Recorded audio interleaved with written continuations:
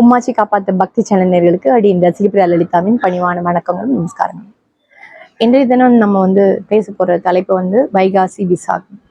வைகாசி விசாகம் அப்படின்னு சொன்ன உடனே எல்லாருக்கும் தெரிஞ்சிருக்கும், சொந்த கடவுள் நம்மளோட கந்த கடவுள், தமிழர்களுக்கு சொந்த கடவுள் கந்த கடவுளான முருகனை பத்தி தான். அப்படின்னு முருகனுக்கான ரொம்ப பெரிய விசேஷமான நாட்கள்ல இந்த வைகாசி விசாகமும் ஒண்ணு. பொதுவா முருக பக்தர்கள் தன்னோட சொந்த கடவுளான கந்த கடவுளை அந்த கொண்டாடுற விதம் அப்படின்னு சொல்லுவோம்ல, அதுக்கு ஈடு இணையா எனக்கு தெரிஞ்ச உலகத்துல வேற எதுவுமே இல்லை அப்படின்னு சொல்லணும். இப்ப எப்படி ஒரு ஏகாதசி அப்படின்னு எடுத்துட்டோம்னா அந்த விரதம் இருக்கிறதுல அவ்வளோ முனைப்பா ஒரு பச்சை தண்ணி கூட பல்லுல படக்கூடாது அப்படின்னு சொல்லுவாங்கல்ல, அந்த மாதிரி முருகனுக்கு உண்டான எல்லா நாட்களையுமே முருக பக்தர்கள் அப்படி ஒரு பயபக்தியோட கந்த பெருமானை தன்னோட அதாவது தன்னோட எப்படி சொல்றது, தனக்குள்ளேயே அது அவரை வாங்கி தன்னோடைய ஐக்கியமாயி அந்த மாதிரி ஒரு ஒரு ஒரு பந்தத்தோடன்னு சொல்லலாம். அப்படி ஒரு பந்தம், ஒரு பக்குவத்தோட அவரை நோக்கி அவருக்கான விஷயங்களை செய்யறதுல நம்ம தமிழர்களுக்கு ஈடு இணையா அந்த உலகத்துல வேறு யாருமே இல்லை அப்படின்னு சொல்லணும். பேர்பட்ட இந்த வைகாசி விசாகம் அப்படின்னு எடுத்துட்டோம்னா, பொதுவா ஆலயங்கள்ல பார்த்தோம் அப்படின்னா 10 நாள் ரொம்ப ஜெகஜோதியா கொடியேற்றத்தோட ரொம்ப அருமையா கொண்டாடுவாங்க. ஆனா இந்த வைகாசி விசாகம் அப்படின்னு சொல்லும்போது இது எப்ப வருது, என்ன வருது அப்படிங்கிறது கண்டிப்பா எல்லாருக்குமே தெரிஞ்சிருக்க விஷயம்தான். தமிழ் மாதங்கள்ல பார்த்தோம் அப்படின்னா 2வது மாதம் வைகாசி மாதம். அதே மாதிரி நட்சத்திரத்துல பார்த்தோம் அப்படின்னா 16வது நட்சத்திரம் விசாக நட்சத்திரம். இந்த வைகாசி மாதத்துல இந்த வளர்பிறையில அழகா இந்த விசாக நட்சத்திரமும் சேர்ந்து வர நாட்கள் இருக்கு இல்லையா, அந்த நாள்தான் நம்ம வைகாசி விசாகம் அப்படி சொல்றோம். இதுல திதியை எடுத்துட்டோம் அப்படின்னு கேட்டோம்னா பௌர்ணமி திதியும் சேர்ந்து வரும்போது வைகாசி விசாக நாள் அப்படின்னு சொல்றோம். இதுல ஒரே ஒரு சின்ன ஒரு முரண்பாடு அப்படின்னு சொல்ல முடியாது, ஒரு சில வேறுபாடுகள் அப்படிங்கும் போது சில சமயங்கள்ல என்ன ஆகும், ரொம்ப வருஷத்துக்கு கழிச்சு பாத்தீங்க அப்படின்னா ஒரு சமயமா அழகா இந்த வைகாசி மாதத்துல வர விசாக நட்சத்திரம், அந்த விசாக நட்சத்திரம் அப்படியே என்ன ஆயிடும்னா பௌர்ணமி திதியோட சேர்ந்து வந்துடும். சில சமயங்கள்ல இந்த பௌர்ணமி திதியோட சேர்ந்து வராமையும் இருக்கும். அந்த மாதிரி ஒரு நிலைமைதான் இந்த வருஷத்துல நம்மளுக்கு வந்திருக்கு. இந்த பௌர்ணமி திதி கொஞ்சம் பின்னாடி போயிடுத்து, வைகாசி விசாகம் விசாக நட்சத்திரம் கொஞ்சம் முன்னாடி வந்திருக்கு. அதனால சில பேருக்கு என்னன்னா, அப்போ பௌர்ணமி திதியில சேர்ந்து வர நாளை கொண்டாடணுமா, இல்ல பௌர்ணமி அதாவது வைகாசி விசாக நட்சத்திரத்தின் கூடிய நாள்ல கொண்டாடணுமா அப்படின்னு. இந்த விசாக நட்சத்திரத்துல தான் முருகன் அவதரித்த நாள் அப்படின்னு சொல்றோம்.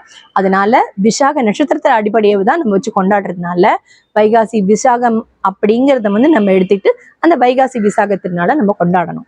பௌர்ணமி அந்த பௌர்ணமி பூஜை, பௌர்ணமிக்கு உண்டான விஷயத்திலயும் அன்னைக்கு நம்ம முருகனையும் அம்பிகையும் எல்லா கோவில்களும் கொண்டாடுற வழக்கம் உண்டு. ஆனா வைகாசி விசாகம் அப்படிங்கிறது விசாக நட்சத்திரத்தை அடிப்படையில பண்றதுனால முருகனுக்கு முருகனோட அவதரித்த நாள் அப்படின்னு சொல்றோம். அந்த அவதரித்த நாள் வைகாசி விசாகத்தன்னைக்கு தான். இப்போ உங்களுக்கு இந்த வைகாசி விசாகத்தை பத்தி ஒரு கிளியரான ஒரு ஒரு பார்வை புரிஞ்சிருக்கும். சரி, இதை எப்படி கொண்டாடணும் அப்படிங்கிற விஷயத்துக்கும் போயிடலாம். பொதுவா விரதங்கள் அப்படின்னு எடுத்துக்கும் போது இப்போ கந்த சஷ்டி அப்படின்னு சொன்னோம்னு வச்சுக்கோங்களேன், நம்ம அந்த அழகா ஒரு 6 நாள் எடுத்துட்டுருவோம். அந்த தீபாவளிக்கு அப்புறம் அந்த மறுநாள் பிரதமையிலேருந்து ஆரம்பிச்சு 6 நாள் அப்படின்னு எடுத்துப்போம்ல. இந்த வைகாசி விசாகத்துக்கு மட்டும் எப்படி அப்படின்னு கேட்டோம்னா ஒவ்வொருத்தரும் ஒரு விதமா கொண்டாடுறாங்க. இதுல 21 நாள் விரதம் இருக்கிறவங்களும் இருக்காங்க, 11 நாள் விரதம் இருக்கிறவங்களும் இருக்காங்க, 9 நாள் விரதம் இருக்கிறவங்களும் இருக்காங்க, 3 நாள் விரதம் எடுத்து கொண்டாடுறவங்களும் இருக்காங்க, ஒரே ஒரு நாள் தான் விரதம் இருந்து அந்த நாள்ல தான் என்னால முடியும் அப்படின்னு இருக்கிறவங்களும் இருக்காங்க. பொதுவாவே இந்த வைகாசி விசாகம் அப்படின்னு எடுக்கும்போது நம்மளோட அதாவது நம்மளோட தமிழ்நாடு அப்படின்னு எடுத்துட்டோம் அப்படின்னு வச்சுக்கோங்களேன், அதுல எப்போதும் போல முருகனுக்கு உண்டான என்ன ரொம்ப ரொம்ப விமர்சனம் நடக்கும். ஒண்ணு பால் குடம் எடுப்பாங்க, அடுத்தது இந்த காவடி எடுக்கிறது அப்படின்னு. இந்த காவடி எடுக்கிறதும் பால் குடம் எடுக்கிறது அப்படின்னு சொல்றோம் இல்லையா, அதுலதான் இந்த சத்சங்கமா எல்லாரும் சேர்ந்து பண்றது அப்படின்னு சொல்லி அன்னைக்கு அந்த வைகாசி விசாகத்தை அன்னைக்கு மட்டும்தான் இந்த 2 விஷயம் நடக்கும். ஆனா இதற்கு முன்னாடியே விரதம் இருக்கிறதுன்னு ஆரம்பிக்கிறாங்க இல்லையா. இந்த விரதம் இருக்கிறது நம்ம என்ன பண்ணுவோம் அப்படின்னா நம்மளோட இல்லங்கள்ல இருந்து ஆரம்பிக்கிறோம். ஆலயங்கள்ல இந்த 21 நாள் பூஜை அப்படிங்கிறது இது தனிப்பட்டவருக்கான ஒன்றது. இது நான் ஆலயத்தை வச்சு சம்மந்தப்படுத்தி சொல்லல. ஆலயங்கள்ல 10 நாள் கொடியேற்றத்தோட கொண்டாடி அது ஒரு நாளும் அவருக்கு உண்டான விஷயங்கள் எல்லாம் சீரும் சிறப்புமா அப்படியே போயிட்டு இருக்கும். தனி மனிதன் ஒருத்தர் தனியா விரதம் இருந்து கொண்டாடுறது அப்படிங்கும் போது நீங்க ஏன் இதை சொல்ல வேண்டியதா இருக்குன்னா, 21 நாள் இதுலயும் இருக்கும், கோவிலையும் 21 நாள் பண்ணுவாங்க அப்படின்னு. ஒரு கோவிலுக்கும் ஒரு பத்ததி இருக்கும். ஒரு கோவில்ல இத்தனை நாள் அப்படின்னு ஒரு கணக்கு வச்சிருப்பாங்க. இன்னொரு கோவில்ல பாத்தீங்கன்னா அதுல ஒரு கணக்கு இருக்கும். ஆனா தனி மனிதனோட ஒவ்வொருத்தருக்கும் உண்டான விரத நாள் அப்படின்னு சொல்றோம்ல, அதுதான் இந்த 21 நாள், 11 நாள், 9 நாள், 3 நாள்ங்கிறத நம்ம விரதம் இருக்கிறதுதான். அதுக்கும் வந்து ஆலயத்துக்கும் வந்து சம்பந்தம் கிடையாது. அதை முதல்ல புரிஞ்சுக்கணும். அப்படி விரதம் இருக்கும்போது என்ன பண்ணுவாங்க அப்படின்னு கேட்டோம்னா, இந்த 21 நாள்ல வந்து விரதம் இருக்கும் முறை அப்படின்னு எடுத்துப்போம். முதல்ல விரதம் இருக்கிறது அப்படிங்கிறது வந்து பாலும் பழமும் மட்டுமே சாப்பிட்டு 21 நாளும் இருக்கிறது உண்டு. சில பேர் என்ன பண்ணுவாங்க அப்படின்னு கேட்டோம்னா, மொத்தம் வந்து 3 வேளை அப்படின்னு நம்ம வச்சுப்போமே. இந்த 3 வேளை உணவு எடுத்துக்கிறது அப்படிங்கறது வந்து சிலர் வந்து என்ன பண்ணுவாங்க அப்படின்னா, ஒரு வேளை மட்டும் உணவு எடுத்துட்டு 2 வேளை சாப்பிடாம இருப்பாங்க. சில பேருக்கு வந்து 2 வேளை உணவு எடுத்து ஒரு வேளை மட்டும் உணவு எடுத்துக்காம இருக்கிறது அப்படின்னு. பொதுவா நம்ம பெரியவங்க வந்து என்ன சொல்லி கொடுத்தாங்கன்னா, லங்கனம் பரம ஔஷதம் அப்படின்னு சொல்லி கொடுத்தாங்க. இந்த லங்கனம் அப்படின்னு கேட்டோம்னா பட்னியா இருக்கிறதுன்னு, பரம ஔஷதம்னா அதுதான் மருந்து அப்படின்னு. இந்த இந்த மாதிரி நம்ம விரத நாட்களை வந்து நம்மளுக்குள்ளேயே பழக்கப்படுத்தும் போது என்ன ஆகும்னா, இந்த உடம்புல இருக்கிற இந்த அழுக்குகள் இருக்கு இல்லையா, எல்லாமே வந்து என்னன்னா சுத்திகரிச்சு நம்மளோட பாடியை வந்து ஃபிட்டா வச்சுக்கிறதுக்கு அப்படின்னு சொல்றோமே, அது வந்து இந்த விரதம் மூலமா நம்மளுக்கு வந்து பெரியவங்க சொல்லி கொடுத்த ஒரு அற்புதமான விஷயம். ஆனா இதுக்கும் விதிவிலக்கு உண்டு. அது என்ன விதிவிலக்கு வந்து உங்களுக்கே எல்லாருக்கும் தெரிஞ்சிருக்கும். பொதுவா வந்து விரதம் அப்படிங்கிறது வந்து நாம வந்து நம்மளால முடியும் அப்படின்னா மட்டும்தான் விரதம் இருக்க முடியும். அதுவும் வந்து இதுக்கு வந்து இந்த விரதம் இருக்கிறது அப்படிங்கிறதுக்கு வந்து நம்ம வந்து நீங்க வந்து இளைஞர்களா இருக்கீங்க, இளைஞர்களா இருக்கீங்க அப்படின்னு கேட்டோம்னா, கண்டிப்பா உங்க அம்மா பெற்றோர்களோட சம்மதத்தோட தான் இந்த விரதம் இருக்கணும் அப்படின்னு ஒண்ணு இருக்கு. அதை புரிஞ்சுக்கோங்க. ஏன்னா அம்மா அப்பா கிட்ட ஆசீர்வாதம் வாங்கி தான் இந்த விரதத்தை ஆரம்பிக்கணும். அதே மாதிரி பெரியவங்க இருக்காங்களே வீட்டு பெரியவங்களுக்கும் நீங்க என்ன பண்ணணும், நமஸ்காரம் பண்ணி அவங்களோட ஆசீர்வாதம் பண்ணி நான் வந்து விரதத்தை ஆரம்பிக்கிறேன் அப்படின்னு சொல்லி ஆரம்பிச்சுக்கணும். அதே மாதிரி நம்ம வந்து முருகன் கிட்டயும் வந்து என்ன பண்றோம், முருகா உனக்கு வந்து நான் விரதம் இருக்கிறதுக்கு இந்த வைகாசி விசாகத்துல ஆரம்பிக்கிறேன் அப்படின்னு சொல்லி அவர்கிட்டயும் வந்து என்ன பண்ணோம், முதல்ல ஆசீர்வாதம் கேட்டு தினப்படி வந்து நம்மளோட அந்த பூஜையும் விரத நாட்களையும் ரொம்ப அழகா நம்ம நடத்தி எடுத்துட்டு போகணும். அதுக்கப்புறமா இந்த விதி விலக்குல வந்து வயசானவங்களுக்கு விரதம் இருக்க சொல்லல. நோயிற்றவர்கள் அப்படின்னு சொல்றாங்க இல்லையா, இப்ப டயபெட்டிக் இருக்காங்க, ப்ரெஷர்ல இருக்காங்க, எவ்வளவோ நோய் வந்தவங்க எல்லாம் இருக்காங்க இல்லையா, அவங்களுக்கு வந்து இந்த விரதம் இருக்கிறதுக்கு அனுமதியே கிடையாது. அவங்க எல்லாம் விரதம் இருக்கக்கூடாது அப்படின்னு சொல்லியிருக்காங்க. அதே மாதிரி சிறு குழந்தைகள், இந்த குழந்தைகளை பார்த்தோம் அப்படின்னா அவங்களுக்கு எல்லாம் இந்த பட்னியை கிடக்கிறது அப்படிங்கிறதுலாம் சத்தியமா முடியாது. குழந்தைகள் வந்து பட்னி போடுற அந்த அந்த மாதிரி ஒரு வழக்கமே நம்மளோட பண்பாட்டிலே கிடையாது. அதனால சிறு குழந்தைகளுக்கும் வந்து இதுல கண்டிப்பா அனுமதி கிடையாது, விரதம் இருக்கிறதுக்கு அனுமதி கிடையாது. அதே மாதிரி கர்ப்பிணி பெண்கள் அவங்களும் வந்து விரதம் இருக்கிறதுக்கு அனுமதி கிடையாது. அதனால இதெல்லாம் தாண்டி ஒருத்தருக்கு வந்து விரதம் இருக்காங்க அப்படிங்கும்போது நீங்க இது எல்லாத்தையும் வந்து கண்டிப்பா வந்து ஃபாலோ பண்ணி தான் ஆகணும். இப்ப வைகாசி விசாகம் விரதத்துக்குள்ள போகலாம். நான் 21 நாள் சொல்லிட்டேன். அதே மாதிரி 11 நாள், 9 நாள், 3 நாள், 1 நாள் அப்படின்னு சொன்னேன். இப்போ வந்து 21 நாள் அப்படின்னா இப்போ செவ்வாய்க்கிழமையில இருந்து நம்ம வந்து ஆரம்பிச்சிருக்கணும். அதுக்கப்புறம் 11 நாள் விரதம் எடுக்கிறோம் அப்படின்னு சொன்னா இப்ப அதுக்கேத்த மாதிரி என்னைக்குங்கிறத வந்து நம்ம கணக்கு பண்ணிக்கணும். புரியுதுங்களா? சோ ஒரு இதுவும் வந்து நீங்க நம்மளோட சௌரியத்தை பொறுத்துதான். நம்ம வந்து நம்மளால இவ்வளவு நாள் இருக்க முடியும் அப்படின்னு தெரிஞ்சுன்னா அதுக்கேத்த மாதிரி நீங்க வந்து விரத நாட்களை கண்டிப்பா வந்து கால்குலேட் பண்ணிக்கோங்க. வைகாசி விசாகம் வந்து இந்த வருஷம் அழகா ஜூன் 9ஆம் தேதி வருது. அதை நீங்க மனசுல வச்சுக்கோங்க. முதல்ல ஜூன் 9ஆம் தேதி அப்படிங்கும்போது 21 நாள் விரதம் இருந்தா இந்த 21 நாள் விரதம்ங்கிறது வந்து எங்க இருந்து ஆரம்பிக்கணும், எங்க கொண்டு முடிக்கணும் அப்படிங்கிறத ரொம்ப தெளிவா நீங்க வச்சுக்கோங்க. கடைசியில இந்த 3 நாள் அப்படின்னு சொல்றோம் இல்லையா, இந்த கடைசி 3 நாட்களை மட்டும் விரதம் இருக்கிறது அப்படின்னு இருக்காங்க பாருங்க.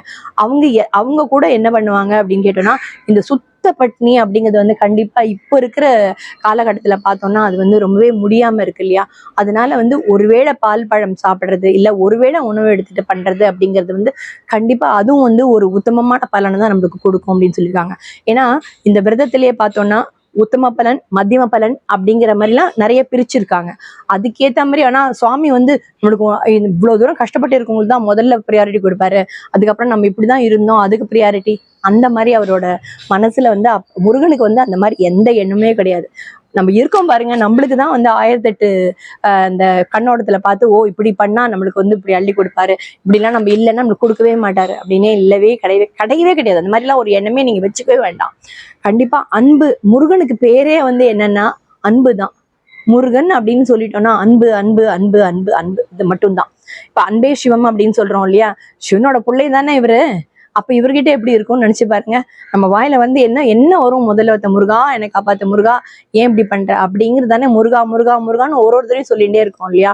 அதனால இந்த முருக பக்திக்குள்ள போயிட்டோம் அப்படின்னு சொன்னா இந்த விரதத்துல வந்து நம்மளுக்கு வந்து பாக்குறதுல வந்து வேற எந்த கண்ணோட்டத்திலையும் நம்ம வந்து கண்டிப்பா பார்க்க மாட்டோம். அதை மட்டும் புரிஞ்சுக்கலாம்.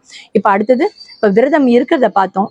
இந்த விரதம் அப்படின்னு சொன்னோடனே நம்ம என்ன பண்ணுவோம் அப்படின்னா பூஜைகள்னு எடுத்துக்கும் போது நம்மளோட இல்லத்துல வந்து எப்படி வந்து நம்மளோட பூஜை முறை வச்சிருக்கோம் அப்படின்னு பாத்துக்கோங்க. வேற ஏதாவது அதாவது திருவுருவம் அப்படி எடுத்துட்டோம்னா ஒரு விறகடை தான், இவ்வளவுதான் இருக்கலாம், இதுக்கு மேல வந்து எந்த ஒரு உலகத்தினாலான இந்த பிரதிமையை வந்து இருக்கக்கூடாது அப்படின்னு சொல்லியிருக்காங்க. அதனால அதுக்கேற்ற மாதிரி பாத்துக்காங்க. பொதுவா முருகனோட வழிபாடுல வந்து வேலுக்கு வந்து ரொம்பவே முக்கியத்துவம். சில வீடுகள்ல வந்து வேல் வச்சு வழிபாடுறது உண்டு. ஆனா வேல் வழிபாட்டுலயும் ரொம்ப ரொம்ப ரொம்ப ரொம்ப முக்கியம் அதுக்கு உண்டான அபிஷேகம் பண்றது. நீங்க வந்து வெறுமனை வாங்கி ஏதோ வேலை வாங்கிட்டேன் வச்சுட்டு அதுக்கு நான் மத்த சாமிக்கெல்லாம் பண்ற மாதிரி வெறுமனை நேவேதியம் பண்ணேன், அதெல்லாம் வந்து கதைக்கே உதவாதது. வேல் வச்சுக்கிறோம் அப்படின்னு சொன்னா அதுக்கு உண்டான விஷயங்களை அதுக்கு உண்டான நியமப்படி நம்ம பண்ணணும். அதனால அது முதல்ல உள்ள வாங்கிட்டுருங்க. அது இவ்வளவு சின்ன விக்கிரகமா இருந்தாலும் சரி, வேலா இருந்தாலும் சரி. என்ன கேட்டீங்க அப்படின்னா விக்கிரகத்தோட வேலுக்குதான் இன்னும் மதிப்பு ஜாஸ்தி. ஏன்னா அது எப்போதுமே ஆயுதங்கள் அப்படிங்கும் போது அதுக்கு உண்டான அந்த பவர் அப்படின்னு சொல்றோம் இல்லையா, அந்த ஆற்றலுக்கு உண்டான மரியாதையை நம்ம கொடுத்துடணும். அதனாலதான் நான் வந்து இவ்வளவு சொல்ல வேண்டியதா இருக்கு. ஸோ வேல் பூஜை செய்யும்போது அந்த நியமப்படி கண்டிப்பா நீங்க செய்யணும். என்ன கேட்டீங்க அப்படின்னா நம்ம எல்லாருக்கும் வந்து ஒரு பெஸ்டான ஒரு விஷயம் என்னன்னா இந்த அவரோட உருவப்படம் இருக்கு பாருங்க, அந்த உருவப்படத்தை வச்சுட்டோம் நம்ம அவரோட போட்டோஸ் ஒண்ணு இருக்கு அழகா, முருகன் வந்து அறுபடை வீடு முருகனா இருந்தாலும் சரி, இல்ல வள்ளி தெய்வானை கோலத்துல இருக்கிற முருகனா இருந்தாலும் சரி, அழகா ஜம்முன்னு வைங்க. இதுல இன்னொன்னு அப்படின்னா பெரியவர்களுக்கு வந்து இந்த விதிமுறை அதாவது விரத பூஜை பண்றது எப்படி அப்படிங்கறதெல்லாம் தெரிஞ்சிருக்கும். நம்ம வீட்டு குட்டிகளுக்கு எடுத்துன்னு வச்சுக்கோங்களேன், கண்டிப்பா அவங்களை சந்தோஷப்படுத்துக்கிறதுக்கு அவங்களையும் இந்த ஆன்மீக வழியில கொண்டு வர்றதுக்கு அவங்கள்ட்ட சொல்லுங்க, முருகா அம்மாஜிக்கு ஹாப்பி பர்த்டே இன்னைக்கு அப்படின்னு சொல்லிட்டீங்கன்னா போறோம். அந்த அவங்கள்ட்ட கூட்டுறீங்கன்னு வச்சுக்கோங்களேன், இந்த காலத்து ஸ்டைல்ல அழகா கேக் வெட்டியே கூட சந்தோஷமா கொண்டாடுவாங்க. முருகனுக்காக எக்லெஸ் கேக் வாங்கி நாம கூட வீட்டுல வெட்டலாமே, ஒன்றும் அதுல தப்பே கிடையாது. அதனால நம்ம வந்து ஆன்மீகம் அப்படிங்கும்போது நம்மளோட பார்வை தான் முக்கியம். அதே மாதிரி இப்ப நான் திருப்பி நம்மளோட விஷயத்துக்கு வரேன். இந்த பூஜை புனஸ்காரம் அப்படின்னு எடுத்துட்டோம் அப்படின்னு கேட்டோம்னா முருகனோடுக்கு வந்து அதாவது அஷ்டோத்திர சதநாமாவளி 108 அர்ச்சனைகள் இருக்கு, அதை பண்ணலாம். இல்லைன்னா சகஸ்ரநாம அர்ச்சனை பண்ணலாம். அதுக்கும் மேல பார்த்தோம் அப்படின்னு அந்த அதாவது முருகனுக்கு உண்டான 108 போற்றிகள் அப்படின்னு இருக்கு.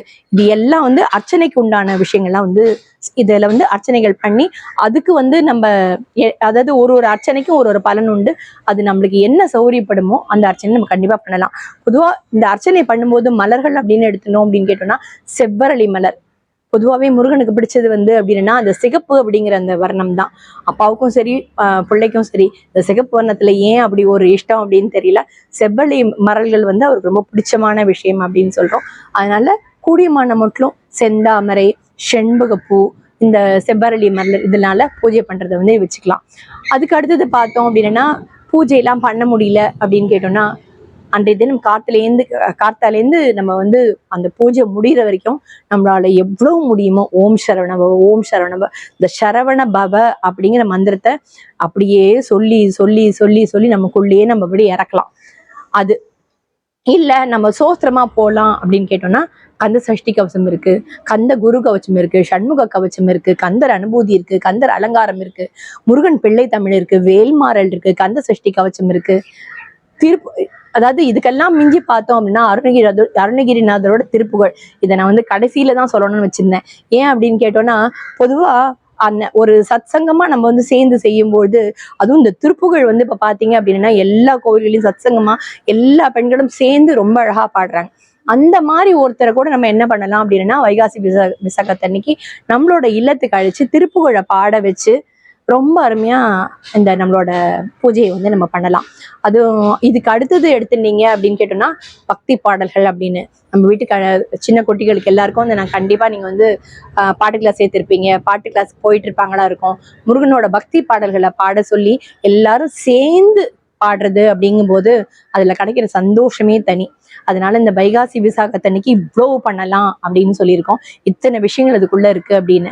இதுல நமக்கு வந்து என்ன முடியுமோ நம்மளால நம்மளோட இல்லத்திலயும் சரி ஆலயங்கள் அப்படின்னு எடுத்துனோம்னு சொன்னா ஆலயங்கள் நடக்கிற அந்த அபிஷேக ஆராதனைகள் வந்து நம்மளால முடிஞ்ச ஒரு பொருளை வந்து வாங்கி கொடுக்கலாம். பொதுவா பூஜைகள் விரதங்கள் அப்படின்னு பண்ணினோம்னா அதுல பெரிய முக்கியத்துவம் எதுக்கு அப்படின்னு சொன்னா பிரசாதம் அப்படின்னு தான். முருகனுக்கு பிரசாதம் அப்படின்னா நம்மளுக்கு முதல்ல நம்மளோட மைண்டுக்கு வர முதல் விஷயம் என்னவா இருக்கும்னா தேனும் திணைமாவும் அப்படின்னு சொல்லுவோம்.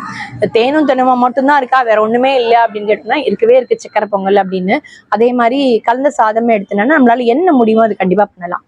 இந்த தேனும் திணைமாவும் எடுத்துட்டோம் அப்படின்னா தினை மாவுல வந்து வெள்ளை அடை பண்ற வழக்கமும் உண்டு, அதே மாதிரி உப்படை பண்ற வழக்கமும் உண்டு.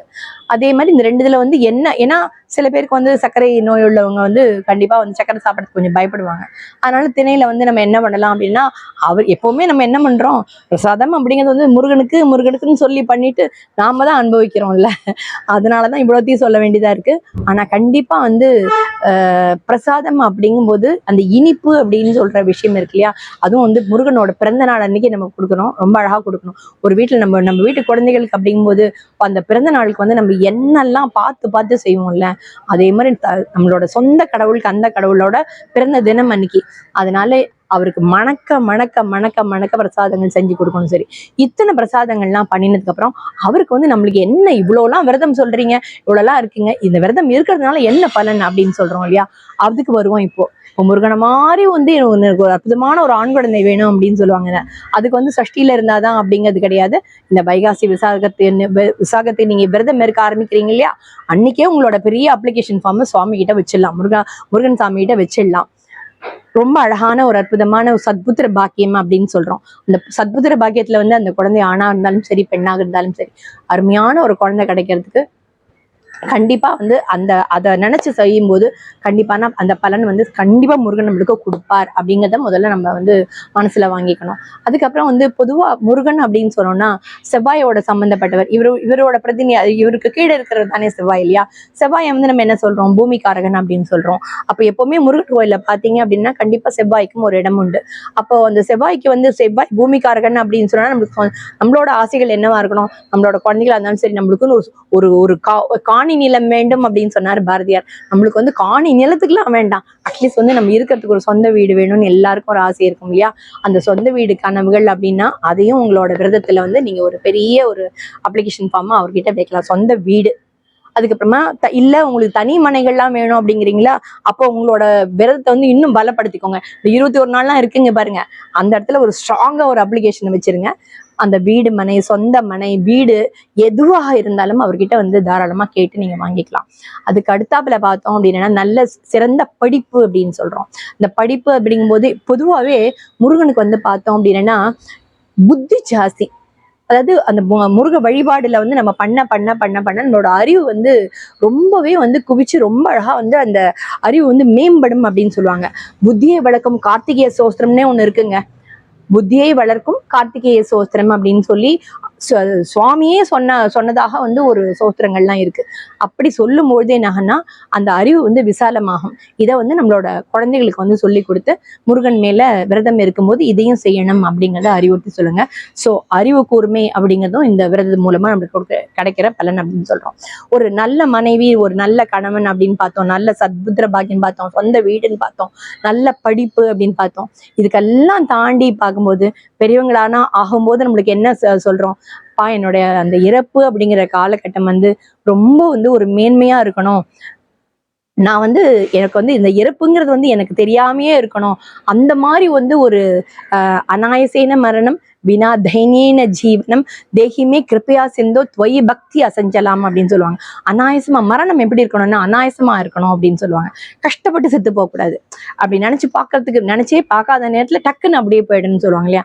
அந்த மாதிரி ஒரு இறப்பு வந்து யாருக்கு கிடைக்கும், நம்ம முருகன்கிட்ட பேசி, அதாவது முருகன் கிட்ட வந்து நம்ம வணங்க பக்தி செலுத்த இந்த அநாயசமான மரணம் அப்படின்னு சொல்றோம் இல்லையா, அந்த மரணம் அந்த கடைசி காலம்ங்கிறது வந்து நம்மளுக்கு வந்து முக்தியை கொடுக்கறது. முக்தி அப்படிங்கிற அந்த வழிக்குள்ள போகணும் இல்லையா, அப்ப வந்து நம்மளோட மனசும் உடலும் வந்து பண்பட்டு இருக்கணும். அந்த பண்படுறதுக்கு தான் நம்மளுக்கு வந்து இத்தனை அழகான ஒரு விரத முறைகள், அதுக்கான பூஜைகளை நமக்கு வந்து நம்மளோட முன்னோர்களும் பெரியவங்களும் ரொம்ப அற்புதமா சொல்லி கொடுத்துருக்காங்க. அதனால இந்த முக்திக்கு வழி தேடி அப்படின்னு சொல்றது வந்து நிறைய பாடல்கள்ல, முருகனோட பக்தி பாடல்கள்ல பாத்தீங்க அப்படின்னா முக்திக்கு வழி தேடியே அப்படின்னே வரும். அந்த வரிகள்லாம் வரும்போது நம்ம நினைச்சுப்போம், ஆனா கடைசியில இதெல்லாம் இருந்தாலுமே அந்த முக்தி அப்படிங்கிறது இருந்தாதான் நம்மளுக்கு வந்து நம்மள எடுத்த இந்த பிறவி வந்து பயன்படும் அப்படின்னு சொல்றோம் இல்லையா. வைகாசி விசாக திருநாளோட அற்புதங்களையும் சிறப்புகளையும் விரதங்களையும் பூஜைகளையும் எப்படி பண்ணணும் அப்படிங்கிறதெல்லாம் பார்த்தோம். சீரும் சிறப்புமா வந்து நீங்க வைகாசி விசாக திருநாளை கொண்டாடணும் அப்படிங்கிறத நான் வந்து எல்லாமல் அந்த ஸ்கந்த பெருமான் கிட்ட வேண்டிக்கிறேன். மீண்டும் ஒரு சுவாரஸ்யமான விஷயத்தோட அடுத்த காணொலியில் உங்களை சந்திக்கிறேன். அதுவரை நன்றி கூறி விடைபெறுவது உங்கள் ரசிகப்பிரியா லலிதா. நன்றி, நமஸ்காரம்.